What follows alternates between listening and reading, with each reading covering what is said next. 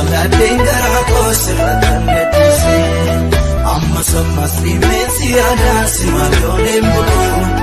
Gargaaraa koo maraara keenaaf fudhakee wallaaluu. Naamiyee fichiiftee jireenya sinna shaakalchiise.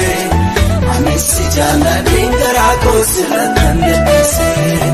Amma sammas dhimmeessi yaadaan si malooleen buluu. Gargaaraa koo yeroo rakkinaa fudhakee wallaaluu. Si argachuun koo yaa Gooftaa waan hundumaa na jaalaa. Si keessa kan jireenya kee siin eenyuu kan si madaala. Si argachuun koo yaa Gooftaa waan hundumaa na jaalaa. Si keessa kan jireenya kee siin eenyuu kan si madaala. Gaarummaani kan kenne gooftaa ormattiin goruu danda'e.